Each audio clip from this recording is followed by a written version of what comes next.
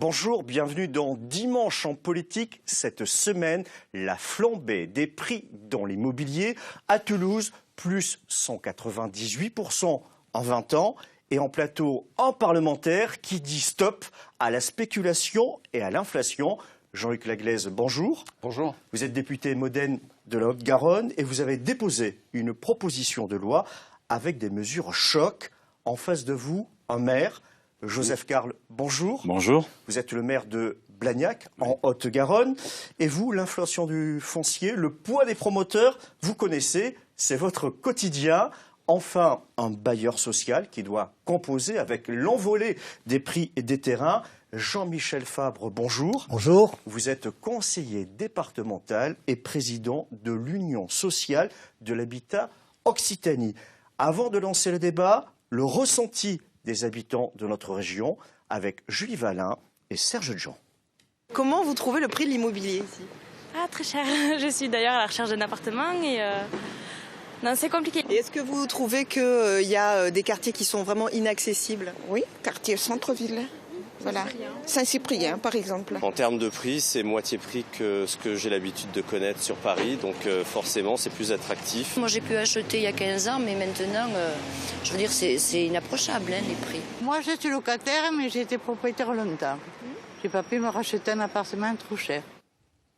C'est trop cher, c'est le constat de la Toulousaine que l'on vient d'entendre et les chiffres lui donnent raison. Uniquement pour 2019, dans notre région, l'Occitanie, c'est plus 3,7% pour l'achat d'une maison et plus 3,1% pour un appartement. Allez, on rentre dans le vif du sujet.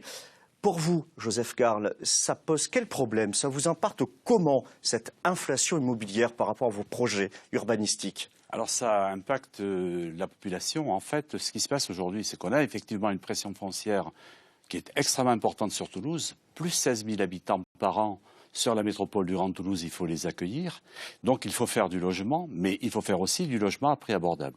Or, aujourd'hui, on a une démarche qui est une démarche extrêmement complexe de la part des promoteurs. Alors qu'aujourd'hui, on va y venir, ce promoteur. Mais pour vous, en tant que maire, est-ce que c'est compliqué quand vous voulez construire une école, un service public? Comment vous faites pour vous débrouiller avec un foncier qui est souvent très cher, trop cher? Comment vous arrivez à ruser avec tout ça? Oui, alors on a la chance, si vous voulez, d'avoir constitué un certain nombre de réserves foncières.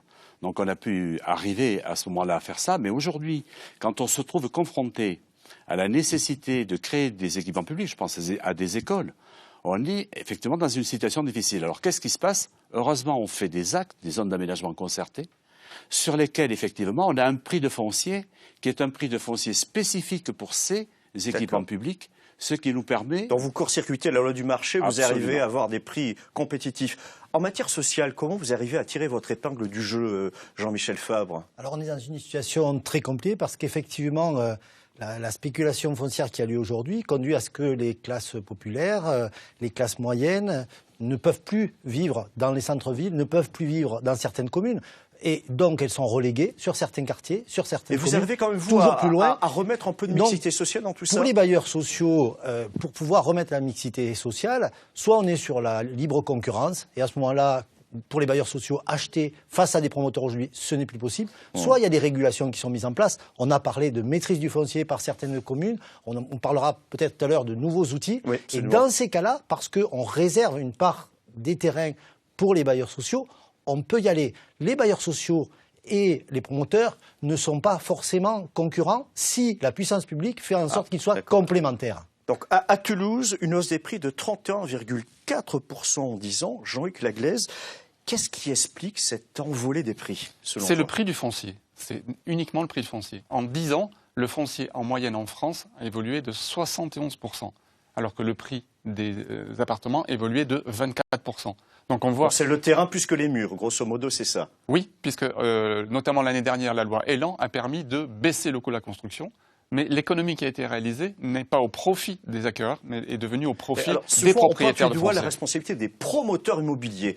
la campagne municipale commence à se mettre en place, et notamment à Toulouse, on dit Jean-Luc Moudenc a vendu la ville aux promoteurs. Est-ce que les promoteurs ont une responsabilité dans cette inflation du foncier? Tout le monde a une responsabilité. Depuis la... Je vois que Joseph Karl opine de la tête. Oui, chacun des acteurs de l'acte de construire a sa responsabilité. À la fois les collectivités locales, mais les promoteurs, tout le monde a sa responsabilité. Il faut juste les mettre ensemble.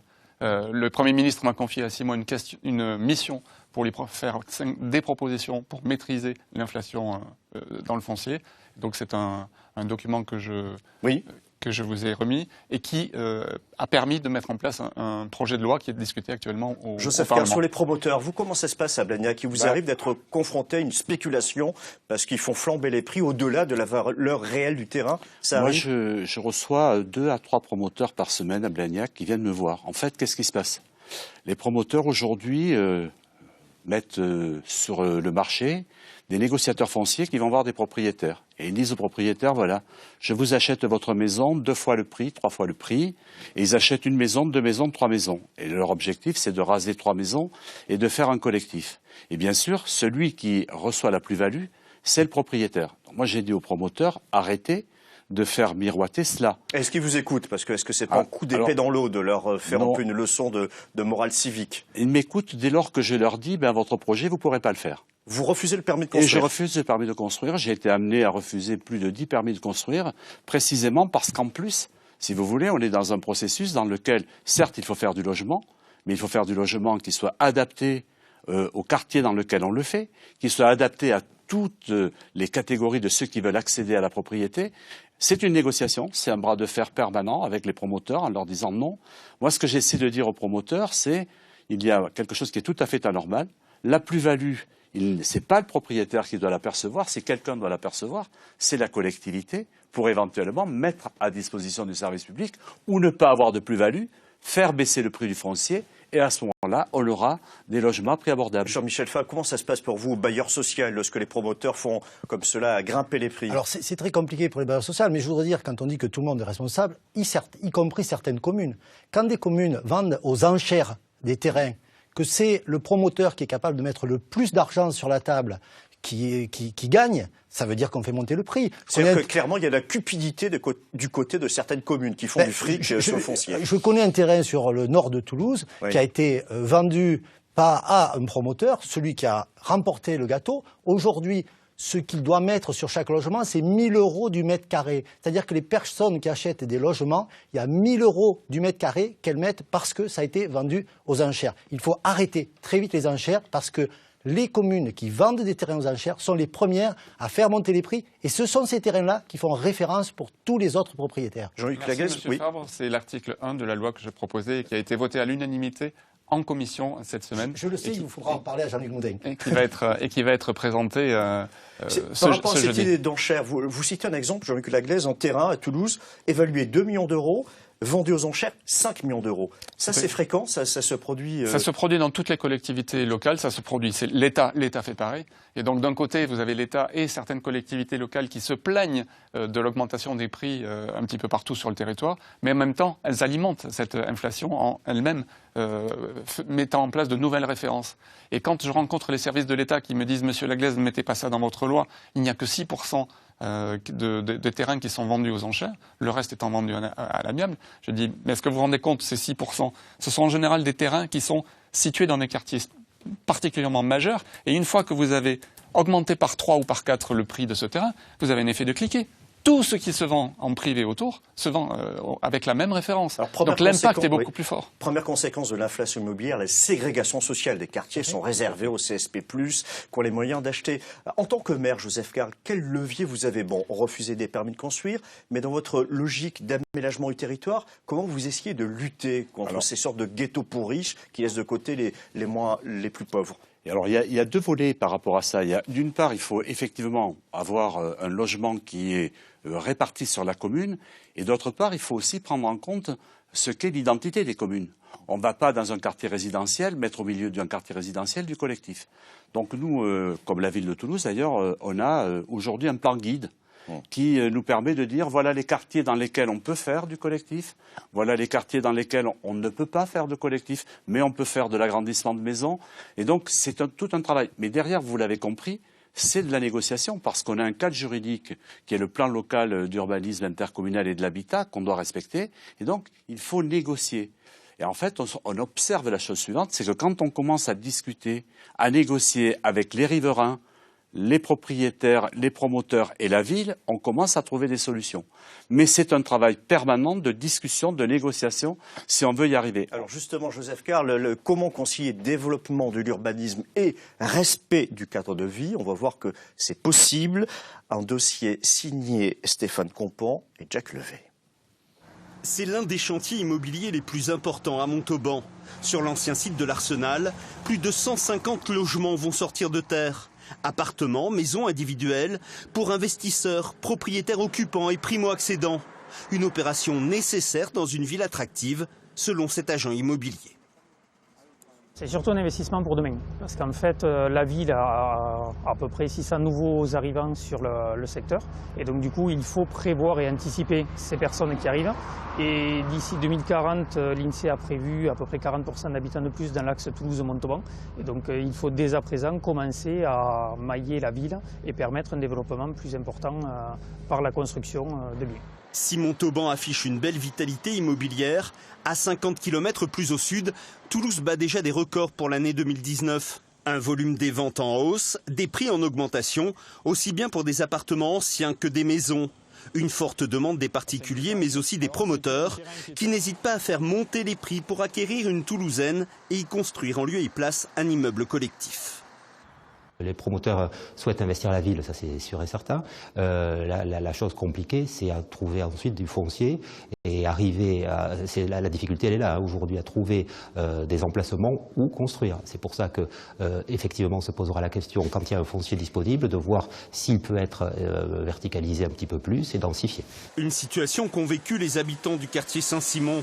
Ces dernières années, quelques Toulousaines ont laissé place à des collectifs. Mais la forte mobilisation des riverains a eu raison des promoteurs. Dorénavant, leur association est systématiquement consultée avant chaque dépôt de permis de construire. Nous avons eu déjà des réunions de concertation avec l'examen de certains pré-projets pour lesquels on a donné un avis négatif et la mairie nous a suivis.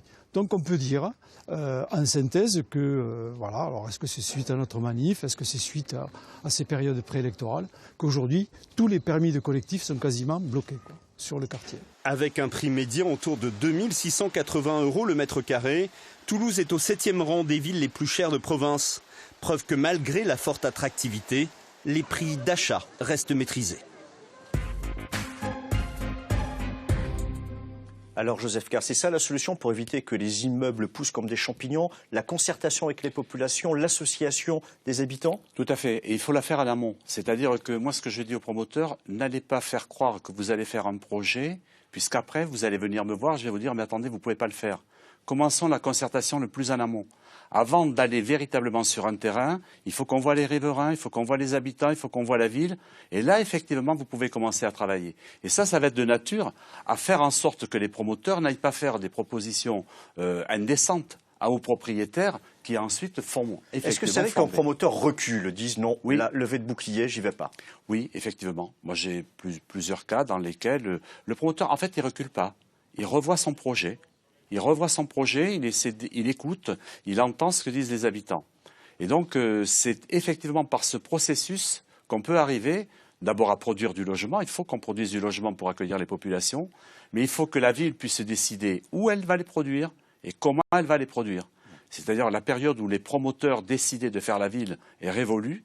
Il appartient maintenant aux élus et aux habitants de faire la ville ensemble, les promoteurs étant effectivement les bras armés pour réaliser cela. Pendant la diffusion du reportage, Jean-Luc Lagliès, vous disiez il y a du foncier. Il y a une sorte d'idée commune, de lieu commun, en disant on manque de foncier. Selon vous, c'est pas vrai? Il y a vraiment encore des terrains où l'on peut construire il y a du terrain et il faut le chercher. Il faut d'autant plus le chercher qu'on a décidé de stopper l'artificialisation nette des sols. Il faut arrêter de faire l'étalement urbain. Donc il y a du foncier, il faut le trouver. D'abord, du foncier simple à utiliser, du foncier nu, il y est, sauf que les mécanismes fiscaux actuels pousse à la rétention de ce foncier, puisqu'on est exonéré de plus-value quand on l'a détenu pendant 30 ans. Donc ça veut dire que pendant 30 ans, ce terrain est gelé. Donc il faut complètement changer l'ordre de la fiscalité. Mais il y a aussi deux types de fonciers qui sont disponibles. Vous avez tout un tas de friches urbaines, qui sont des friches industrielles, des friches commerciales, des friches administratives, qui sont souvent en plein centre des centres-villes. À Toulouse, on en a quand même une magnifique qui fait 14 hectares, qui est entre 2 stations de métro et qui est abandonnée par l'État depuis 14 ans. Comptez le nombre de milliers de logements qu'on peut faire là-dessus. Et pourquoi ça ne bouge pas? Pourquoi ce terrain reste toujours en friche? Parce que l'État ne le vend pas, parce qu'il y a de la dépollution à faire, qu'on ne s'entend pas sur les montants de dépollution. Voilà. Mais il y en a d'autres du foncier disponible. Il suffit de lever la tête. C'est le foncier aérien qui est sur les toits des immeubles. Il est tout à fait possible à certains endroits d'augmenter un étage, 2 étages, mais justement, il y a quand même pas mal d'habitants qui se plaignent à Toulouse et dans d'autres villes que ça monte trop, les R+4, R+5. Ça monte trop parce que l'architecture de ces immeubles est peut-être pas adaptée non plus. Je suis allé visiter un immeuble à Paris, à Aubervilliers, qui donne l'impression qu'il fait 8-9 étages. En fait, il en fait 16, tellement il est bien dessiné.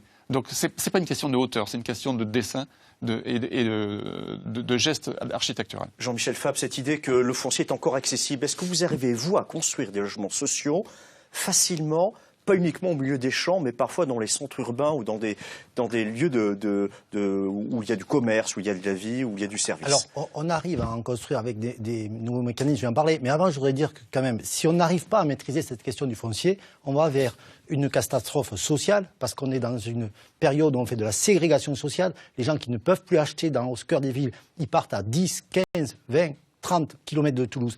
Et qu'est-ce qu'ils font? Ils nourrissent les embouteillages. Et donc, derrière, une catastrophe écologique. On n'y arrive pas. Si on ne maîtrise pas le foncier, nos modèles d'évolution ne marcheront pas. Donc, il faut y aller. Alors, comment on fait aujourd'hui et à quoi on peut avoir accès? D'abord, je veux souligner le rôle des établissements publics fonciers, que ce soit celui de Toulouse, l'établissement public foncier d'État. Parce que eux font ce que certaines communes n'ont pas fait suffisamment. Donc, ils achètent. Ils stockent le foncier. Parce que les moyens sont mutualisés, les ressources sont mutualisées. Et dans un certain nombre de cas, je pourrais vous citer certaines communes en dehors de Toulouse, où les établissements publics fonciers revendent le terrain moins cher que ce qu'elles ont acheté 2, 3, 4 ans après. Donc il faut maîtriser le foncier. Deuxième élément, il faut que l'État et les collectivités locales, effectivement, dégagent des terrains, mais en les vendant à un prix acceptable. Je le disais tout à l'heure, si c'est pour faire des appels d'offres avec des prix qui grimpent au plafond, on n'y arrivera pas. En fait, c'est que l'État essaie de faire de l'argent. L'État et les collectivités. Le conseil départemental a vendu en direct à des bailleurs sociaux des terrains sur la base du prix des domaines pour qu'ils puissent construire des terrains. Il y a un terrain juste en face du conseil départemental qui a été vendu à un bailleur social. Donc les collectivités peuvent le faire et l'État doit le faire. Quand on dit l'État, c'est aussi la SNCF, VNF. Je considère que sur notre région et notre ville, les terrains de VNF, de France, oui. Voie navigable de France, c'est un scandale qu'on laisse faire de cette manière-là. Donc il faudrait que ça soit maîtrisé. Et puis le dernier point, c'est qu'il y a des innovations. Je suis président d'un organisme qui s'appelle un organisme foncier solidaire, qui est un organisme qui permet à des personnes d'acheter en fait uniquement leur appartement sans avoir à acheter le foncier qui est dessous. Ah, ça va plaire à Jean-Luc Laguesse parce qu'on va arriver à votre proposition et c'est exactement ça. Puisque ce foncier, il appartient à l'organisme foncier solidaire et il le loue. Et on a un premier projet sur Toulouse qui a été fait avec Occitalis Foncier. Oui, qui se localise à quel endroit? Vous pouvez en dire un peu plus. Qui est dans le quartier du Buscat. Oui. Voilà, donc quartier plutôt huppé de Toulouse. Voilà. Et là-dessus, on arrive à avoir ce que vont verser les personnes tous les mois. C'est-à-dire si on fait le remboursement de l'emprunt plus le petit loyer pour le terrain, qui est au même prix qu'une location sur ces zones-là. Et c'est accessible à qui, ça? Quels sont les niveaux de revenus? C'est accessible au plus grand nombre? Au maximum, il y a un plafond. Qui est, par exemple, pour un T3, une famille avec un enfant, c'est autour de 3 500 € de revenus net fiscal ou de salaire? De revenus mensuels. D'accord. Donc, ça veut dire que ce sont des classes populaires, des classes moyennes qui peuvent revenir acheter sur des quartiers où elles ne pourraient plus acheter. Mais ce qui est le plus important, c'est que ces bâtiments-là, ces logements-là, quand les personnes les revendent, il y a des clauses anti-spéculatives. C'est-à-dire que si elles revendent 10 ans après, elles pourront le vendre un peu plus, mais elles ne pourront pas faire une culbute, comme on l'a vu, 200%, etc. Donc ça veut dire que le public, et dans ce cas-là, les bailleurs sociaux, maîtrisent le foncier et font que des quartiers vont rester des quartiers de mixité sociale et ne vont pas dériver comme on voit dériver certains quartiers. Alors on le comprend, le nerf de la guerre, c'est vraiment le foncier. Et Jean-Luc Laglaise, dans votre proposition de loi qui est passée en commission, vous plaidez pour un moyen radical que vous avez évoqué, Jean-Michel Fabre, c'est de dissocier le foncier du bâti, les murs du terrain. Alors expliquez-nous ça, parce que sinon on va voir des propriétaires qui nous regardent, qui vont avoir un AVC ou une crise cardiaque. Comment ça peut se passer? Il faut les rassurer, les propriétaires actuels resteront propriétaires actuels. Donc pas d'effet rétroactif, déjà on va rassurer les propriétaires actuels. Déjà, il faut avoir un chiffre en tête. Le prix du foncier dans une opération d'aménagement représente entre 20 et 50% du prix de l'opération, jusqu'à 58% à Paris. Donc ça veut dire que quand vous achetez un appartement à Toulouse, vous payez 40% du prix de votre appartement pour le foncier. Donc l'idée et la généralisation de l'idée des OFS qui a été créée par la loi Allure et qui a été boostée par la loi Elan l'année dernière, puisqu'il y a maintenant 18 OFS qui fonctionnent en France, l'idée est effectivement que la collectivité locale puisse acquérir ou mettre en place un foncier et sur lequel elle va garder la maîtrise définitivement. Donc on ne pourra pas vendre ce foncier en promoteur? Elle ne vendra pas ce foncier en promoteur. Elle donne par contre à un promoteur un projet de construction et les habitants vont pouvoir venir acheter donc j'achète l'appartement ou la maison, voilà, mais pas le terrain qui reste propriété publique. Ça vous permet d'acquérir un appartement à 30 ou 40% moins cher. Vous avez néanmoins une redevance mensuelle, comme dans le système des OFS, auprès de l'OFL. Vous en pensez quoi, Joseph Ricard, de cette proposition choc qui a fait couler beaucoup d'encre et de salive? Elle a fait couler beaucoup d'encre parce que les gens ont cru que ça a remplacé la propriété. Or, c'est juste... Oui, on vous a même pris pour un député communiste, selon certains commentaires bolcheviques sur les réseaux sociaux. Non, c'est un troisième droit de propriété qui s'ajoute aux deux premiers droits qui existent. Et c'est un outil qui est à la main des collectivités locales. Elles le mettent en œuvre ponctuellement à certains endroits si elles veulent, mais comme les OFS mettent en place un certain nombre de choses. Vous, car en plus être juriste de formation et de profession, qu'est-ce que vous en pensez? Je pense d'abord que c'est effectivement une solution qu'il faut véritablement mettre en œuvre. Et au fond, ce qu'on observe, c'est que l'usage est plus important aujourd'hui que la propriété. Au fond, que veulent les gens? Ils veulent être logés et pouvoir transmettre. En fait, c'est au fond une sorte de droit d'usage transmissible qui est proposé. Et ça, c'est une innovation. Moi, je suis ravi qu'il y ait cette proposition parce qu'il y a plusieurs années que je défends effectivement. Là, pour le coup, je souhaiterais que les juristes travaillent sur l'écriture d'un droit d'usage en complément du droit de propriété, parce qu'on est là-dessus. Après, nous avons en tant que collectivité un autre outil. L'outil, c'est la ZAC, c'est-à-dire cette zone d'aménagement concerté. Pourquoi est-ce qu'on a pu faire du logement à prix abordable sur le dernier quartier de Blagnac, qui est Andromède? Parce qu'effectivement, c'était une ZAC, dans laquelle on a différencié le coût du foncier entre les opérations privées et les bailleurs sociaux. Ce qui permet effectivement de dire aux bailleurs sociaux, vous avez un foncier qui est tout à fait acceptable pour pouvoir faire effectivement dans le cadre des plafonds de loyer ou des plafonds de prix de vente, des opérations. Et avec une qualité environnementale, une qualité de vie. Alors, bien sûr que derrière, cadre de vie. Tout à fait, derrière tout ça, bon, par exemple, ce quartier qui fait 210 hectares, il y a 70 hectares d'espace naturel. Donc ça veut dire qu'il faut que les gens aussi aient du plaisir à habiter. Et le plaisir d'habiter, il est aussi important. Et je pense que sur cette question aussi, la hauteur, et je rejoins ce que disait tout à l'heure Jean-Luc Laglaise, c'est effectivement la qualité architecturale est aussi extrêmement importante.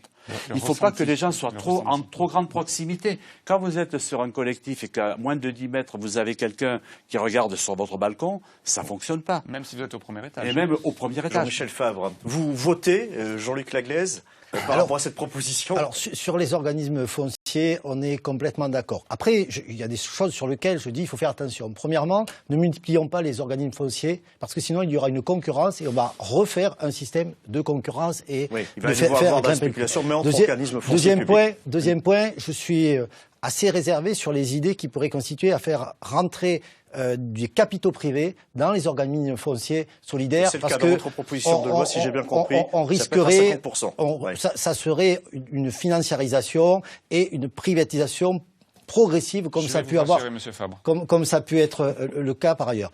Et puis, je crois qu'il ne faut pas oublier une chose. Ça a été dit par mon voisin. L'objectif, c'est avant tout de faire de la mixité sur les programmes. De la mixité, ça veut dire qu'il faut qu'il y ait du locatif social, du locatif classique, de l'accession sociale et de l'accession privée classique. Et qu'il n'y a pas un outil pour résoudre ça. Il faut un ensemble d'outils, un ensemble de dispositifs.